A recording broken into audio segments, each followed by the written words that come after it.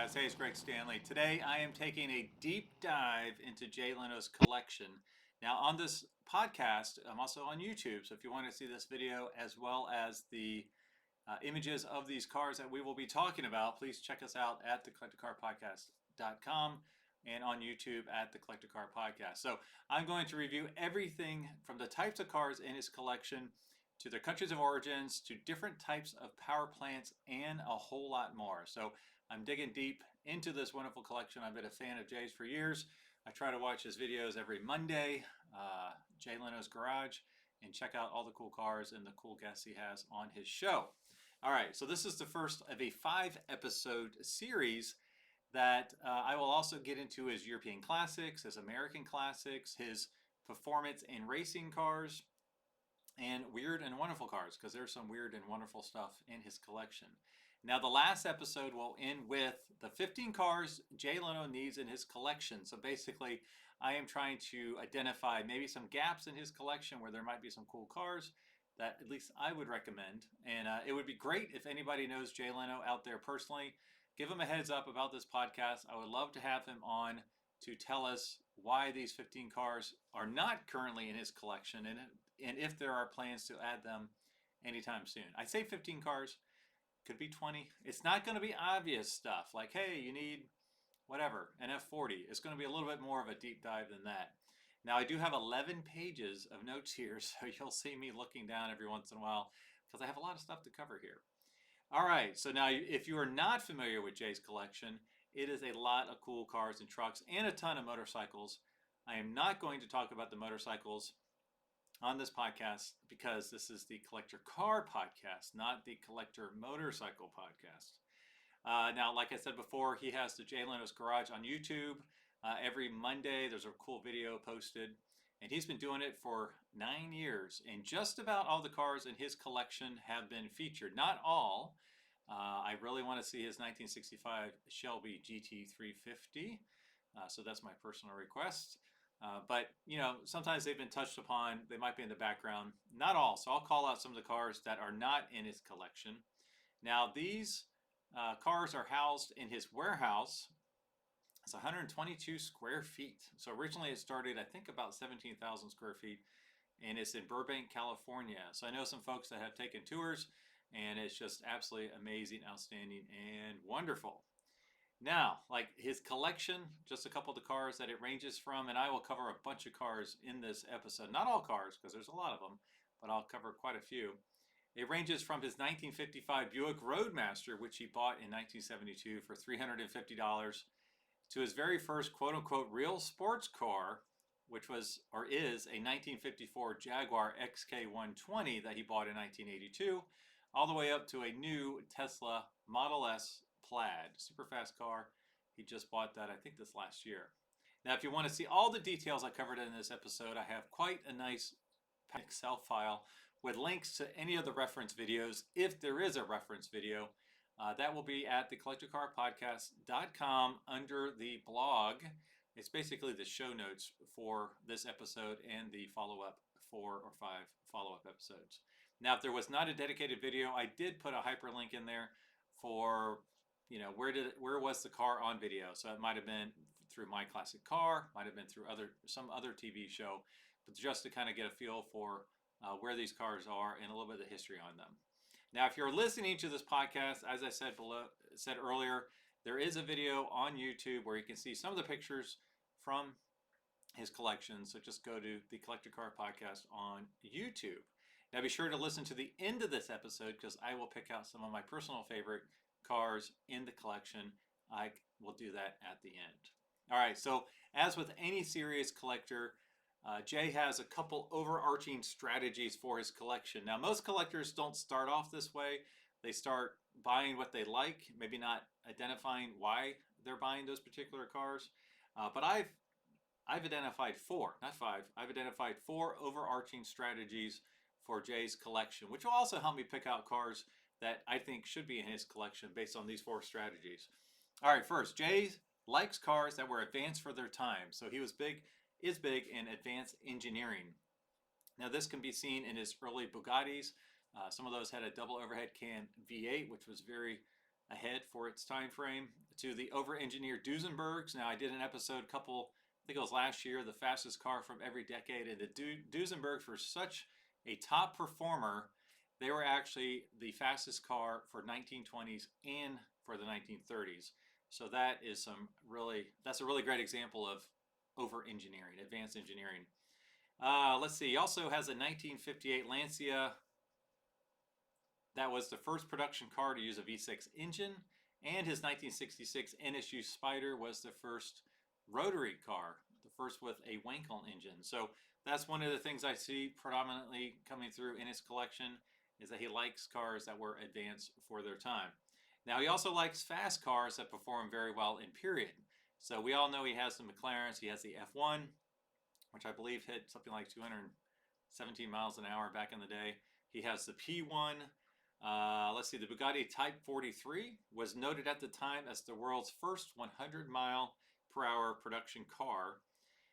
Let's see, he has numerous aero cars. So these were cars that were built pre-war, and they had some of the engines from actual airplanes that were flying in the skies in World War I and World War II, which is unbelievable. Let's see, and Lamborghinis, obviously. And like I said before, his first collector car was the Jaguar Xke 120, which was the fastest car in the world when it was launched. And the 120 actually stood for a top speed of 120 miles an hour. The third strategy I see is that Jay likes cars with interesting history and or are original. Now, he owns a 1939 Chrysler Royale that was gifted to him by Johnny Carson, so there's a big story behind that. And he owns numerous unrestored cars, quite a few actually, including a 1967 Chrysler Imperial Crown Coupe and a 1959 Oldsmobile Super 88. So I'll get into a couple of those cars either throughout this podcast or through one of the follow-up episodes.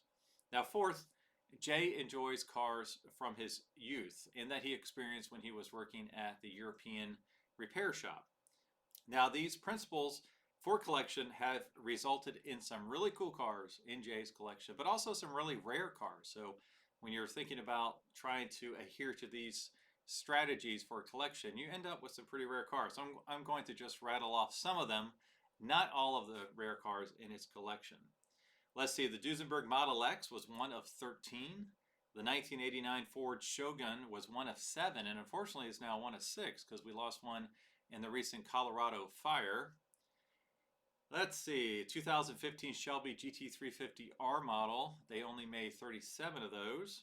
The Chrysler Turbine from 1963, they made 55, and Jay, I think, has the only one that's in public hands. I could be wrong on that. The 1953 Cunningham C3 is one of 30 and one of 25 coupes, and a 1925 double steam car, one of approximately 25 built. And now there's quite a few of the steam cars that were fairly rare and low production as well. All right, so this episode has taken me a very long time to research. The biggest part was scouring all the videos and trying to capture stuff in Excel format, an Excel file that I could then sort and filter appropriately to kind of pick out some fun facts for all of you. Now, while researching, I actually found a lot of inaccurate articles online, which is maybe shocking, maybe not shocking. Now, one such article stated that Jay owns the Back to the Future DeLorean that is worth $750,000. Now, the real one may be worth $750,000.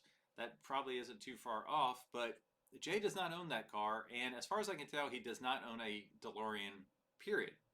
Now, another article said that Jay owned the only 1931 Shotwell in existence, which is true, and, quote, you'd be fortunate to find one for less than $400,000, which is crazy because this, when you see the Shotwell, it's a homemade car, and it's not crazy, you know, rare the parts that it was made of. So I would put the price on that car probably closer to $30,000 to $40,000, not $400,000. And finally, another article stated there were more than 635,000 Volgas built between 1956 and 1970. Leno's fully restored is now worth around $335,000. Again, there are 0 cars that were built in that quantity worth anywhere close to $335,000. Now, Volgas are a little harder to put a number on because you just never see them. I mean, I've been trying to find my 1982 Isuzu I-Mark forever. You never see those because they were pieces of junk when they came out. So they didn't last that long, but that doesn't mean that they're worth a ton of money. So I would say that his car is worth closer to $35,000 to $45,000. Now, maybe the $300,000 difference is a typo. Instead of 35000, they hit 335,000. That's the only thing I can come up with. So how accurate is my information? Well, I will have to say mine is better than most, but it's not perfect. So if Jay or one of his buddies is watching this video, I'm sure they'll pick out all sorts of little things, but I think I'm probably 90 to 95% accurate. Now, there are a couple instances where I may be off a bit, and I do want to point those out. Okay, so I believe that Jay has 6 Bugattis and 1 replica, one Persang replica Type 35. Now, originally I thought that he had a Type 35, but then as I went through the videos, I realized, you know what, I don't think he does, but I think that's what his Persang is. So I have him with 6 Bugattis and a 7th Bugatti replica. Let's see, Jay doesn't always mention the year of production for his cars, doesn't always show up in the YouTube description. So if that fact is in question, I typically will default to the first year of production. So one of my examples is the Lotus 7. I listed as a 1957 car because that was the first year of build, but it might be a 1959, it might be a 1961. I don't know. And that will come into play when I pick out the number of cars from each decade. Those might be off a little bit because I don't have all the information. He also has I think it's called a Rever. And I believe in the video he said it was either a 1920 or 1921. Don't know. I have it as a 1920.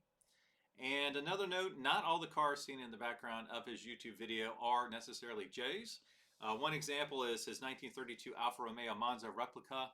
Those are the same folks that make the Persang. There was a specific video for that, but he never in the video said it wasn't his, but he also never said it was his. I don't think that is his because it has never shown up in another video in the background. And then there was a Ferrari 308 lined up for quite a while in some of his videos, and I don't think that was his either, because when Ferrari collector David Lee came on board and was on the TV show or on the YouTube channel, he mentioned how Jay does not own any Ferraris. Now there's probably 1 or 2 other examples, but like I said, I think I'm 90 to 95% correct. All right, so what is my logic for the cars I included in Jay's collection? So obviously the easier ones are the videos where he says, this is my car, I bought it here, I've had it this long, and here's what I've done to it. Let's see, some of the other stuff, I did not include motorcycles, as I mentioned. I did include street legal vehicles such as his 1911 Christie's fire truck, but I did not include his 1906 Advanced Steam Traction Engine, as that was meant for the farm. It was not meant for public roads. Now I did include the Ferret, which is a military vehicle, but I included that because it was legal for the road. And that's one of the reasons Jay said that he actually bought it, because he could take it out on the road. Now I did not include any personal vehicles that are not in his garage, like a Tahoe or a Suburban, something like that. But I did include his 2000 Tesla Model S Plaid because that is a future collectible and it's actually the fastest car in his entire collection. Now Jay is not known for being a seller. Like, he's never sold except for a couple cars that he sold through charity for a non-profit charitable event. So he did sell his 2008 Dodge Challenger SRT8. Those profits were given to the USO. And he also auctioned off his first 2000 Ford F-150 Harley Davidson. That was really cool because it was the only one ever built with the 5.4 liter Lightning engine. And let's see, those profits went to the National Multiple Sclerosis Society. And those are the only 2 that I have record that he's ever sold, at least publicly or privately. I don't think he's ever sold one. So, all right, so it's finally time to dig deep into Jay's collection. Now, I show the current collection consists of 183 cars that span across 13 decades with one notable exception. Now, I will review each decade, and I'm going to start with the decade with the most cars in his collection, and then work down to the decade with the least cars in the collection, and then finally, like I said, the one decade that's actually missing. And there's almost 2 decades missing if you look at it a certain way. All right. And I will highlight a few of the cars as we go along. Now, representing a big 20.2% of his entire collection, Jay has 37 cars from the 1960s. That makes a lot of sense because that's the period in which he grew up and he started liking cars, started driving cars. Now these go from the 1960 Panhard PL17 Dyna to the 1969 Lotus Elan, and it includes three Lamborghinis from that same year. So we have a Miura P400S and two Espadas. Now, a few of my favorite cars from this collection, I'll just kind of run down a list here. I love his 1960 Triumph Tr3. Now, I chose this car not only because it's just a cool little roadster, but it was Jay's brother's car, and Jay restored it for him. And there's a great video. I'll try to put the link in here where he gets a little teary-eyed talking about it. It's just a really special car to him, and he has stated that it is the most sentimental car in his collection. Other great cars in his collection include a 1962 Maserati 3500 GTI. I love this car. It's kind of a silver blue. I think it has a blue interior, and it has its original 5-speed manual transmission. Just an incredibly beautiful car. Now here's a note from Haggerty concerning this car. In 1961, fuel injection was introduced, making it the first injected Italian production car. So this goes, again, to the advanced engineering stuff that Jay likes. Disc brakes also became standard on the rear. The blend of performance and comfort attracted wealthy buyers, and the list of celebrity 3500 GT owners includes Tony Curtis, Rock Hudson, and none other than Prince Rainier III of Monaco. So some pretty fancy company you're keeping there.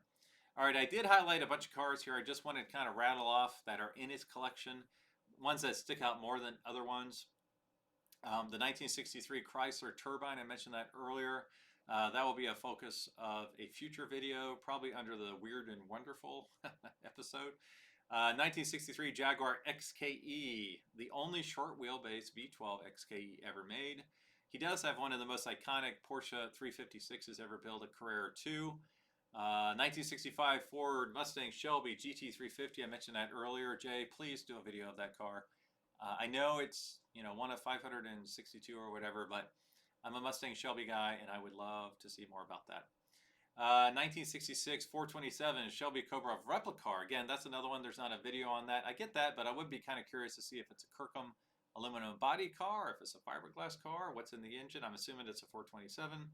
I do love his 1966 Ford Galaxie 500 7-liter. This has been modified a little bit, and Jay has a great story about going into the dealership with his dad to buy a car like that, and Jay selected exhaust delete or something crazy like that, muffler delete. And then his 1966 Oldsmobile Tornado. That's one of the first cars that really came to public claim because it was such a wild build. I think it's 1,000 horsepower, twin supercharged Corvette engine, just an insane build. I've always loved that car.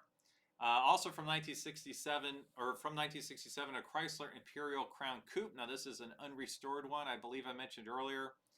He bought this car from a 93-year-old movie producer in Beverly Hills who bought it new along with a bunch of NOS parts. And just go and find this video. Hit the link in my show notes. It's a great story. This isn't a car that Jay necessarily wanted or needed, but when the guy called him, and the whole story was just fantastic. A great story. Interesting car in that it actually has dual AC units.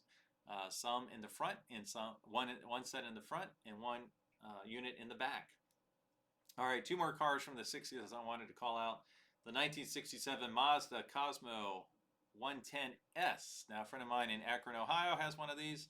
I believe at some point there are only 3 or 4 of these in the country. There's probably around 10 now, if I had to guess, with the JDM trend. But super cool little car. I tried to get into one at our Elkhart sale, and that did not go well. I got in it. Getting out of it was another thing. All right, then again, I mentioned the Lamborghinis, 3 Lamborghinis for 1969, and he also has a 1967 Miura P400. Again, find those videos. I believe he actually accidentally backed one into the other one, which is pretty funny. All right, let's see. The second decade with the most cars in Jay's collection is the 1930s. So we go from the 1930s from the 1960s to the 1930s. These range from the 1930 Bugatti Type 51 to the 1939 Chrysler Royale that was once owned by Johnny Carson. Now this decade represents 14.8% of Jay's entire collection. All right, there's 27 cars, and 1/3 of these cars are Bugattis, Duesenbergs, and Bentleys. So 9 of the cars are those 3 models. All right, Jay stated that his favorite year for cars is 1932. Now he said this is because by 1932, cars were here to stay. They came into their own with V12 and V16 engines, synchromesh transmissions, and four-wheel brakes. They were designed for long-distance travel, and the Model T made cars that everyone could afford. So they weren't just kind of a hobby, they were here to stay. Now, Jay does own 7 cars from the 1932 model year, but ironically, this is not the most predominant model year represented within his collection. Jay has 9 cars from 1966, which honestly, it totally makes sense because Jay was actually born in 1950, so you figure 1966. He's turning 16 years old, so can you only imagine, running around the car lot? I know, well, I don't have a lot of cars from when I was 16 because there weren't a lot of great cars in 1987. All right, let's see. I picked out a couple cars again from this decade. One of my favorite cars in Jay's entire collection is the 1930 Bentley 27-liter car. Now, this is one of his aero cars that has a 27-liter Merlin aircraft engine. It's a total custom build, and as Jay says, it's a great example of someone having more money than brains.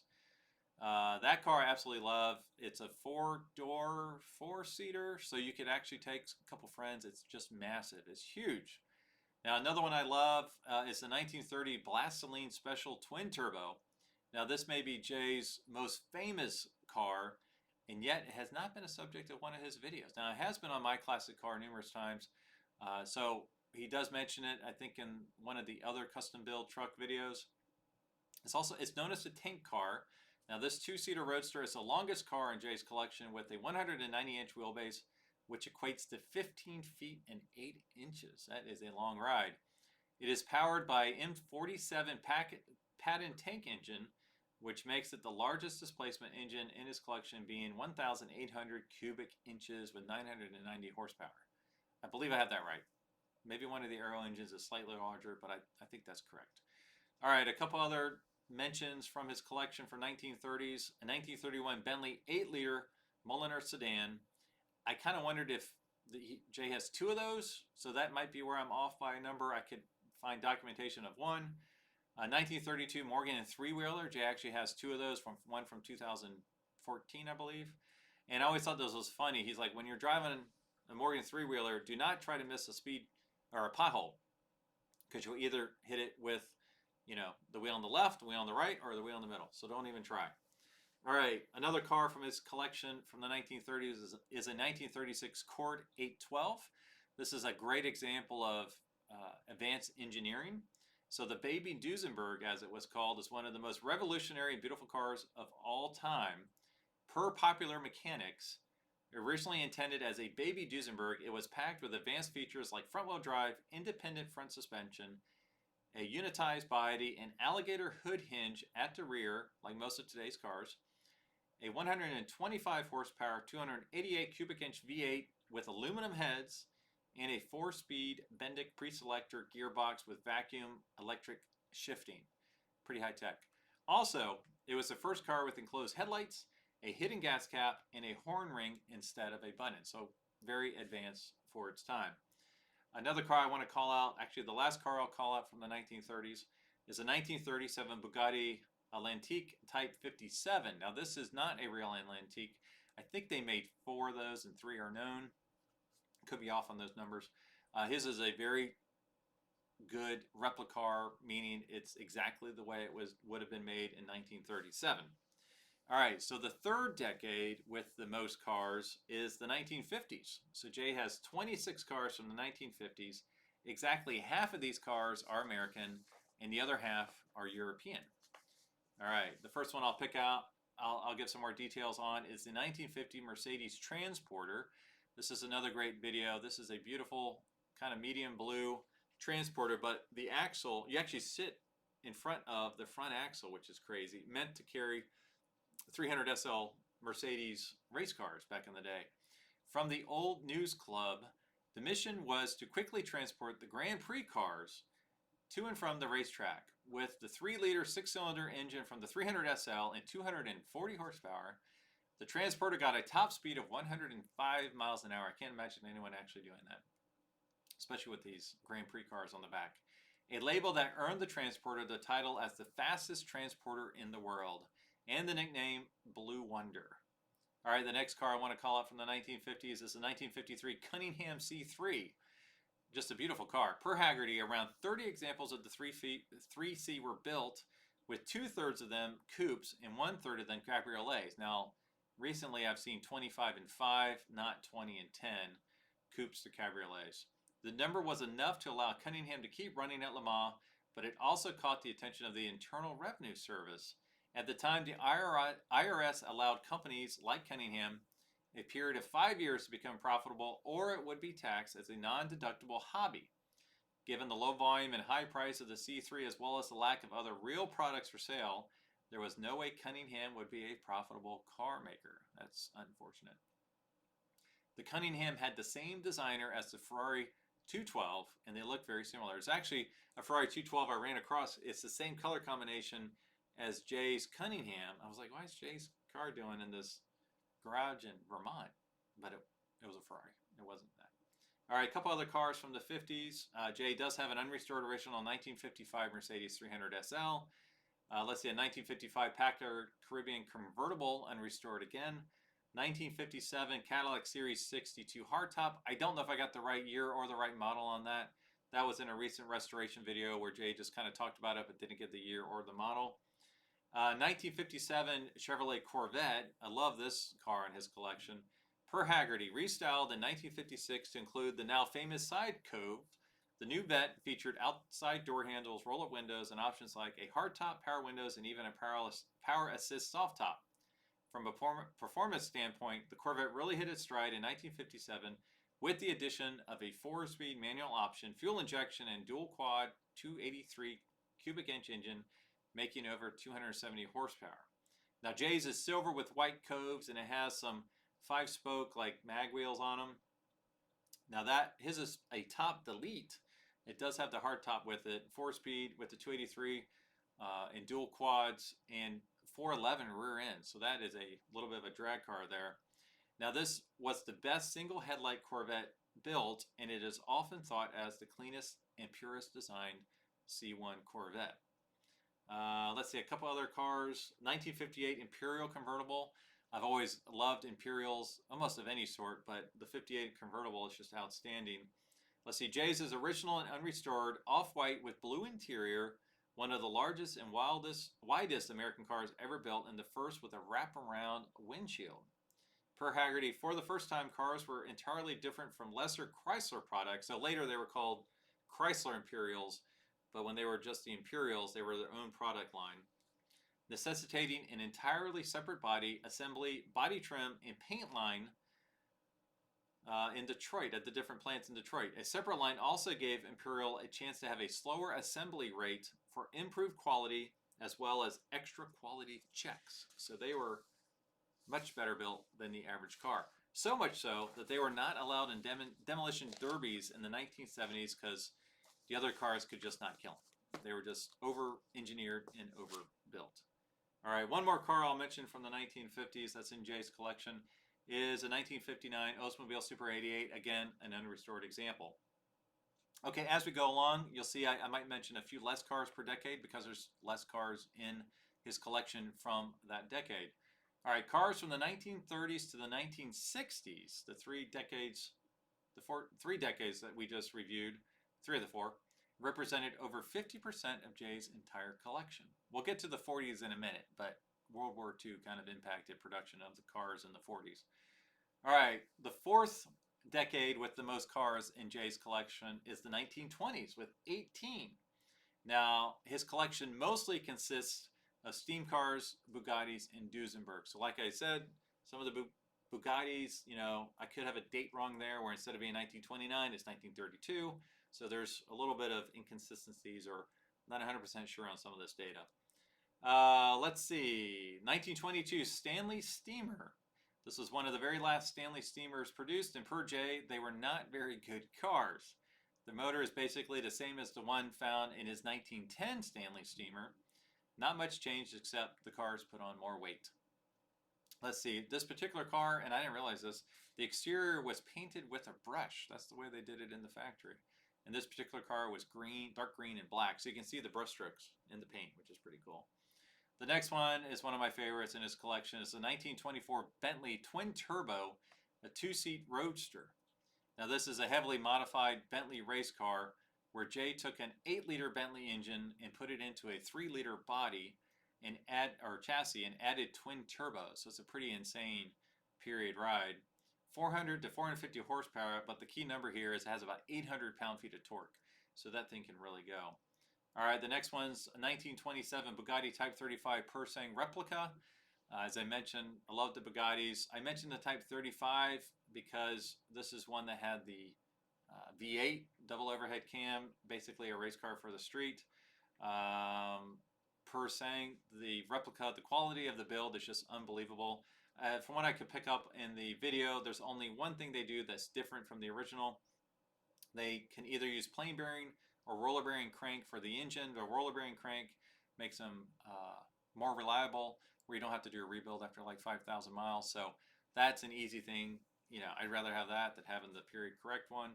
Now the Persangs cost about 1/10 of the price in the original Type 35. So Type 35s are Type 35s are 3.5 million to 4.5 million and up. So you can get a Persang probably around $300,000 to $400,000. Sounds like a lot of money, but compared to the real thing, it seems like a bargain. All right, the last car I'll mention from the 1920s is his Duesenberg Model X. I'm not quite sure if that's a 1926 or a 1927 model. All right, next decade we'll review. Believe it or not, we're going from the 1920s to the 2010s. That's kind of crazy. He has 15 cars from this decade. Now, I'm not going to review all the newer cars in depth because most of you who listen to this podcast are familiar with a lot of these cars because I've talked to them quite frequently on this podcast. I will mention his 2005 Mercedes Slr Mclaren. I think it's 2005. He mentions it was the very first SLR in the U.S., and it is the fastest car he had ever driven up to that point, up to 207 miles an hour. So being the first one in the U.S., I'm assuming it was the first year of production, which would have been 2005. Jay calls the McLaren the unbreakable supercar. And per car and driver, this is kind of funny. Dig deep into the loud pedal anytime out on the road, and you'll be gobsmacked by the sheer ferocity of the AMG engine's response. It might involve a downshift to do it, but a big dig at the throttle produces the kind of thrust that had everyone in our group shaking their heads in awe. Just check out our 30 to 50 and 50 to 70 mile per hour times, which at 1.7 and 2.4 seconds are the best pair of top gear acceleration times we've ever recorded for a production car. Wow. All right, a couple other cars from this decade. It's a 2011 Chevrolet Volt. You're wondering, why am I picking that car? Well, any early hybrid electric cars, we're seeing, at least in the auction world, that these are going up in price significantly. And I think Jay got that one new. Also his 2012 Mclaren Mp4-12c. I know Jay's a big fan of McLarens. One of my favorite cars is his 2015 Ford Mustang Shelby Gt350r. So like I said before, he has a 1965 GT350. He does not have a 1965 GT350R. They only made 37 of those, but they also made 37 of these in 2015. So that's definitely one of the modern collectibles. Let's see, if you want to see both versions in a collection, I know there's a couple collections around the world, but check out the Newport Car Museum. One of my previous guests on the podcast, Gunther Berman, he has both of those in his Shelby room, a real R model and the 2015 version as well. Jay also has, as I mentioned, the 2015 McLaren P1 and 2017 Acura NSX VIN number 3, which I think is the very first one for public consumption. The other two are owned by Acura. All right, the next decade is the 2010s with 15 cars. Now these are mostly steam, electric, and big aero cars. So this is back when the auto industry hadn't figured out which direction they're going to go on. Is steam the best way to power a car? Is it electric? Is it gas? That's why we have a lot of steam and electric. So let's see. He has I think it's a 2011, maybe 2012 Doble steam car. That's one I wasn't quite sure on the date. A 1914 Detroit Electric. Let's see, 1915 Hispano Suiza Aero car. So again, this is one that has an aero engine. Apparently this was the first V8 aero engine ever made, and it was one of the factors that helped win World War I. This is an aluminum body roadster, and this is, when you hear I talk about cars with no doors later in the podcast here, you'll hear that. This is one of those cars with no doors. It literally doesn't have any doors. Where your elbow would go is kind of lower, and so you just kind of step into the car. Fun fact, if you watch the early My Classic Car video about this Suiza, in the background you can see Jay's 1955 Buick Roadmaster being restored. So that's kind of cool.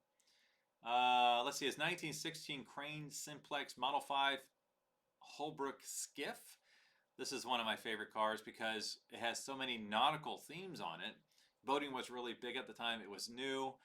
If you go back and you Google 1916 boats, you'll see what I'm talking about. All wood, all teak, really cool boats.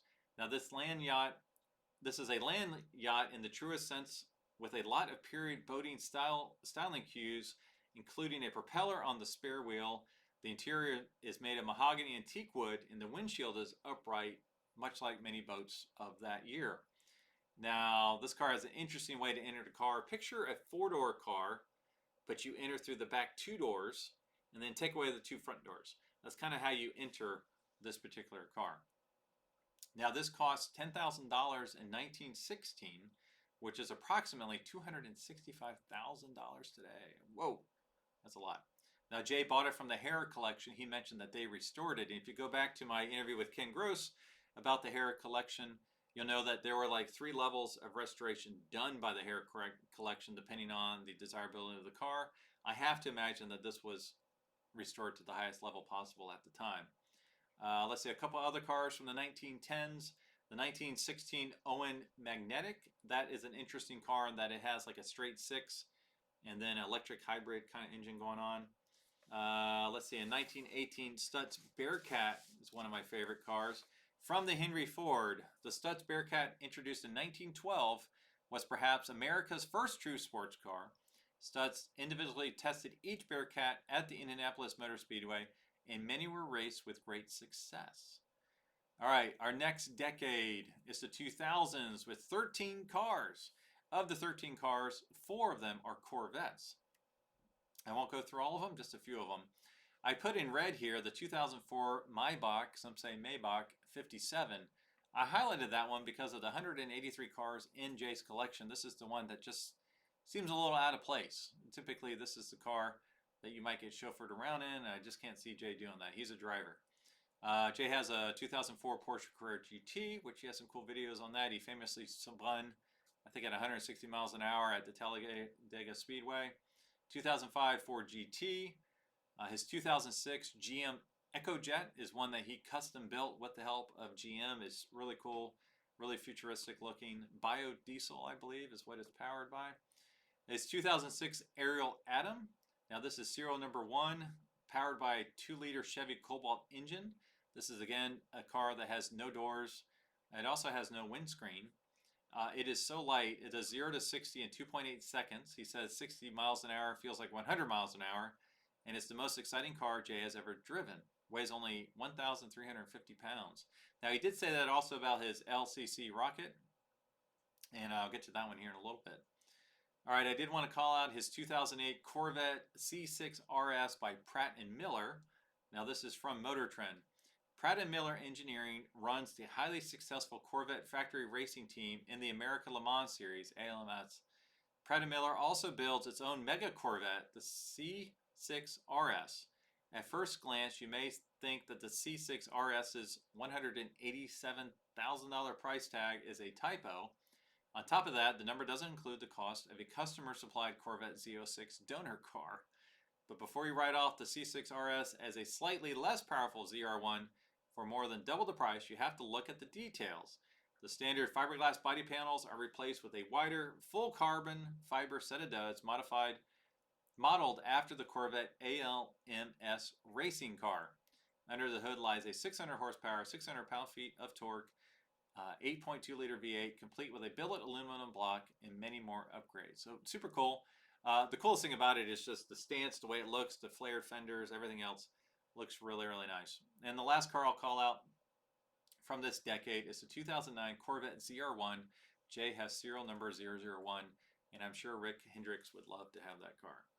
All right, the next decade is the 1970s. Interestingly, every single car is pre-1975. And the one car from 1975 has a cool story, and it's kind of a hopped-up race car. So what does that say? There's a gap here. All right, I'll call out a few here. Let's see, the 1970 Dodge Challenger RT is a really cool car. I think that's a Hemi car, 426 Hemi car in his collection. 1971 De Tomaso Pantera. 1972 Mercedes 300 SEL 6.3 liter. That was a car that he kind of put it out to the listeners. Do you want a modern engine in this car, a modern 6.3, or do you want the old school? And everyone said, let's get the old school. So that's what he did. All right, the 1970 Monteverdi high-speed 375S. That's the car I want to give a little bit more detail on. Let's see, from Monteverdi's website, the Swiss high-performance GT Coupe was built up on a rectangular beam space frame chassis with a D-Dion rear axle and powered by a 7.2-liter Chrysler engine. The body, designed by Peter Monteverdi, was built by the Italian coach building firm Frua, and Peter Monteverdi's new creation immediately established itself in the top automotive luxury class. Swiss design, Italian bodied, and with an American powertrain. It's one of my favorite kind of cars. Like the Iso Grifos, you know, you've got basically a Corvette underneath that car, but it's all European bodied. I think Jay calls this hybrids. All right, let's see here. Next, from the 1900s, so this is 1900 to 1909, Jay has 8 cars. Now this is, let's see, the oldest car in the collection is a 1906 Stanley Steemer Vanderbilt Cup Racer. 6 of the 8 cars are steam and 1 is electric, so only 1 gas-powered car from the 1900s in Jay's collection. Let's see, the Stanley Steemer Vanderbilt Cup. This is a funny one because if you go back, you'll see that, let's see, the boiler blew up during an earlier video. You see flames going everywhere. They did a nice job kind of capturing the craziness that happened then. Jay also has a 1908 Benz Mercedes Rabbit 1 race car, but I can't tell if that's a 1908 chassis with a 1921 body. Some date confusion on my part there. He has a 1909 Baker Electric, and he has, I think it was a 1914 Detroit Electric, so a couple of the electric cars. Okay, all right, so next, the 1990s with 6 cars, and this is where Jay has one of the few trucks in his collection, a 1991 GMC Cyclone, and he has a 1993 Dodge Viper RT10, the very first black Viper. And like I said earlier, there's a 1993 LCC Rocket. I think that's called the Light Car Company. So Jay's called, he said, it's no bigger than a coffin, so when you wreck it, they can just dig a hole and stuff you and your car in it. That's funny. The lightest production car ever built, 770 pounds. It is so light you never wear out the brakes or the tires. It has a 12-speed gearbox, and this was Gordon Murray's first car he ever produced. And it's interesting because there's 2 seats. It looks like a one-seater, but you can take the little hatch off the back and someone can sit behind you so their legs actually straddle the driver. Cool little car. And that's basically it from the 1990s. Another Dodge Viper GTS, Mazda Miata. All right, we finally got to the 1940s, like I mentioned before. Only 4 cars from the 1940s. Obviously, car production was shut down for a number of years because of World War II. The bug just bit me. Let's see, 2 pre-war cars and 2 post-war cars. Let's see, the 2 I'll call out is a 1941 Plymouth Special Deluxe Business Coupe because it is, again, an unrestored example that's in his collection. And a 1946 International Shell oil truck. So that's the other truck that I could capture in his collection. All right, the next is the 1980s. There's only 3 cars from the 80s. A 1986 Lamborghini Countach, a 1989 Bentley Turbo R, and the car I wanted to talk a little bit about is the 1989 Ford Shogun. Let's see, the car features a 3-liter Yamaha V6 engine sourced from a Taurus SHO. Now, this was interesting because I actually had to put the engine in the back, so you lose the back seats because you got your big old engine back there. From Ford Authority, the Festiva Shogun was created by former race car driver Rick Titus and Chuck Beck of Special Editions, who stuffed the Taurus SHO's 3-liter Yamaha V6 into the diminutive hatchback, giving it a healthy 220 horsepower, rear-wheel drive, and that model's 5-speed manual transmission to boot. The duo planned on building 250 examples of this hot hatch, but a lofty asking price of $42,000 in 1990 led to the creation of just 7 total Shoguns. Now, sadly enough, that already tiny number has shrunk to 6 because of the Colorado fires I mentioned before. Motoring One says, as part of the process, the model was equipped with an aggressive body kit that includes a ventilated hood, revised side skirts, fiberglass fender flares, and a rear diffuser. The Shogun boasts Recaro sports seats, a leather-wrapped steering wheel, and revised instrumentation. The rear seat has been removed to make room for a 3-liter Yamaha V6 engine sourced by the Taurus SHO. Yeah, super cool. All right, 2020s. He only has one car, the 2021 Tesla Model Plaid. That was easy to review. All right, and the decade without any cars is the 1890s. So 1890 to 1899, there were cars built then. Jay does not have any. He also doesn't have any pre-1906 cars, and he doesn't have any 1976 to 1984 cars. So there's like an 8-year gap right there. All right, as a reminder, my last episode for this series will review the cars I think that should be in his collection, and there might just be one recommendation for each of those 2 missing decades. All right, now let's review some of the fun stats about Jay's collection. This is where I really get into the weeds. All right, by country of origin, as you would expect, USA is number 1 with 96 cars. Now, out of 183 cars, that leaves a lot of room for a lot of different countries. So I'm not going to go through every one of them. Actually, let me go through every one of them. England, I showed 33 cars. France, 14 cars. Italy, 14 cars. Germany, 13 cars. Japan, 6. Sweden, 2. India, 1. All the rest of these are 1. India, the Czech Republic, Russia, Spain, and Switzerland. Now, by make, number 1, Chevrolet. I never thought of Jay as a Chevy guy. He has 12 cars. Bugatti with 9. Actually, that might be 8. No, that actually might be 7. All right. Duesenberg, 8. Ford, 8. Mercedes, 7. Dodge, 6. Bentley, 5. Chrysler, 5. Jaguar, 5. Lamborghini, 5. White Steam, 5. And then beyond that, they go down. All right. So if you had to guess what model car was the most prevalent in Jay's collection, what would it be? Now, the hint goes back to what I just said. He has the most Chevrolets of any brand.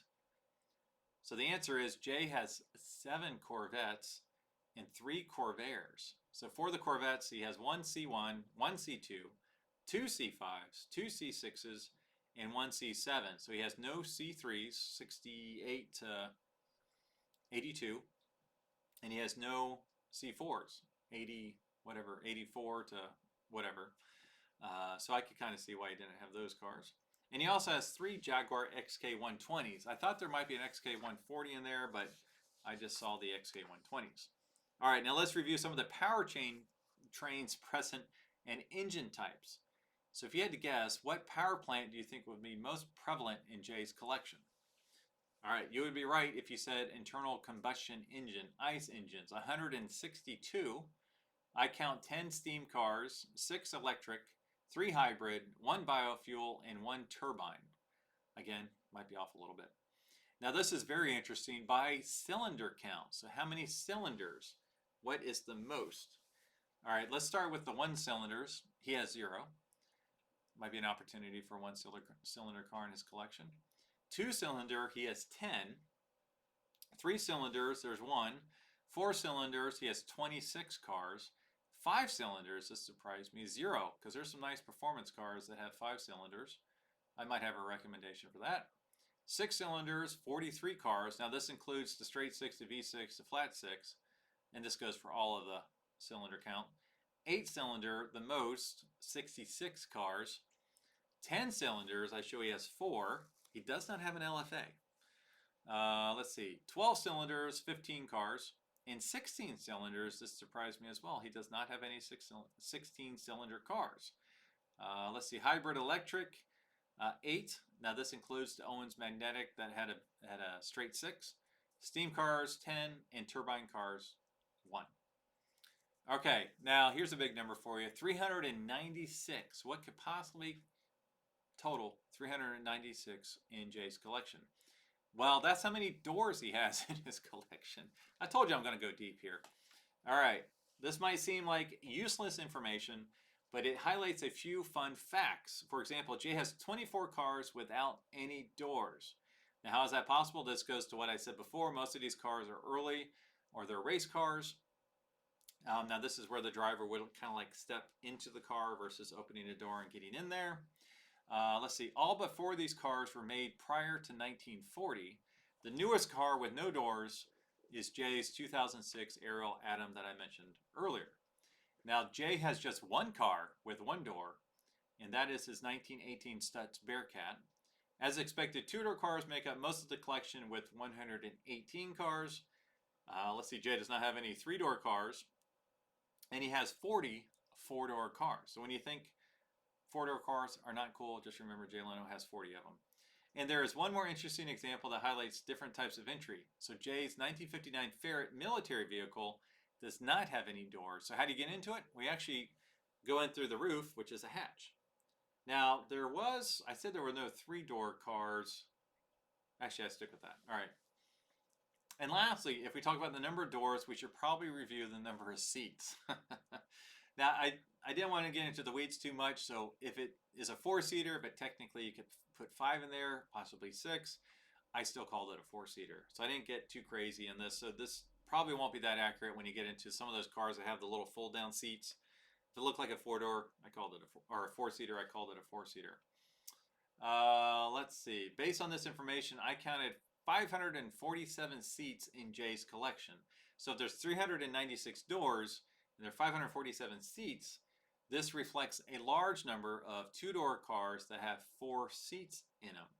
Now, a few of these would be a 1918 Cadillac Type 57 Victoria, a 1918 Pierce Aero Model 66, 1938 Tatra T87, 1969 Lamborghini Espada, and obviously any of the Porsche 911s.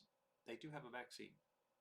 Now, like I said, not totally accurate, and I probably missed a few rumble seats. All right, some of the noteworthy single-seaters in his collection are the 1929 Bentley Speed 6, the 1911 Christie Fire Engine, and the 1939 Lagonda B12 replica.